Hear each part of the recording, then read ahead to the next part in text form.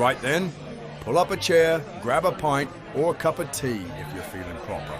Because today's tale is all grit, gunpowder, and a 6-foot-tall woman who could outdrink, outshoot, and outdeliver any bloke west of the Mississippi.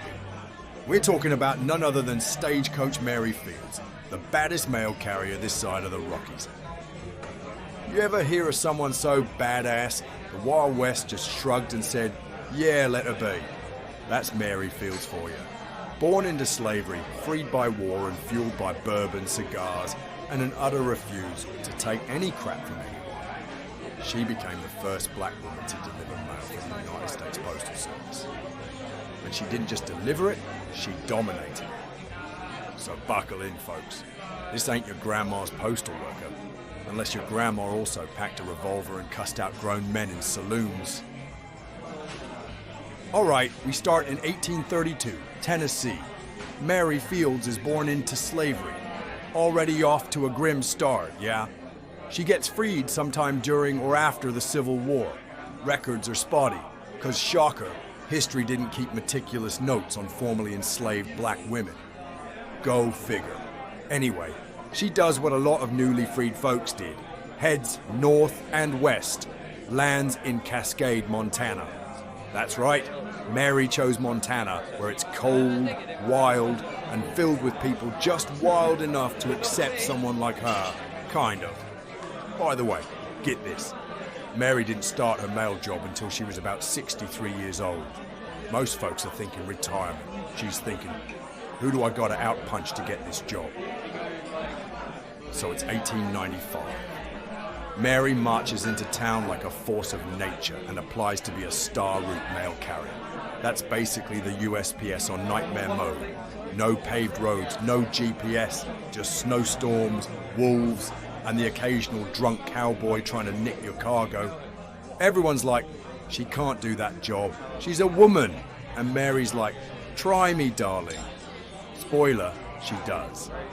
She gets the gig and smashes every single expectation into the dirt. She hauls that mail like it's made of feathers. Rain, sleet, snow, bar brawls, you name it, Mary rides through it.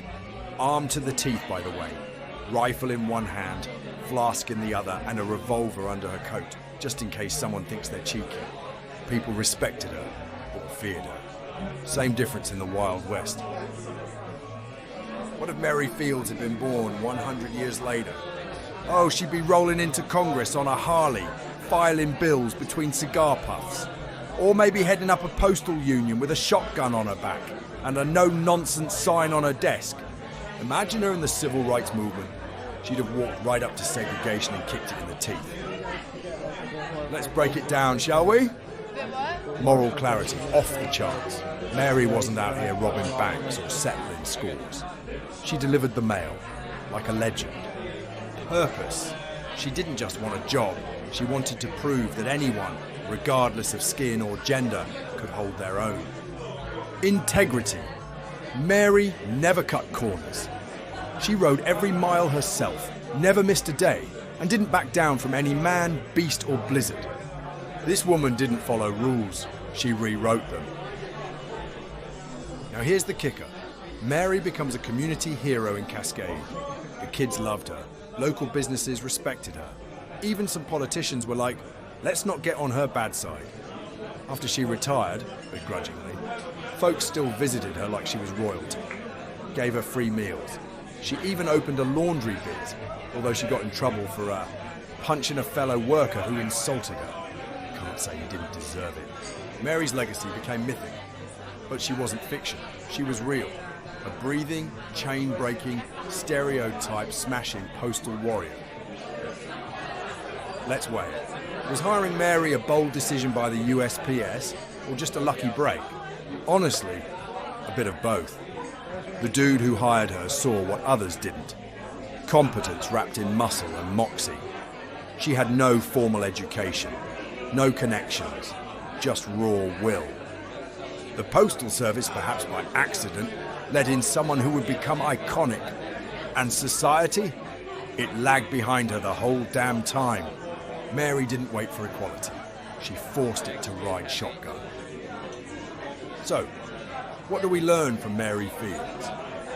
That resilience isn't quiet. Sometimes it's loud, armed, and puffing a cigar on horseback. Stagecoach Mary wasn't just a postal worker. She was a storm in boots, a symbol of what happens when you dare to defy expectations and deliver greatness instead of letters. Stay curious, stay sharp, and stay just sober enough to remember it all. This was just a swig of history, and if it wasn't in your textbook, it bloody well should have been. Before you go, do a brother fav and like, share and subscribe.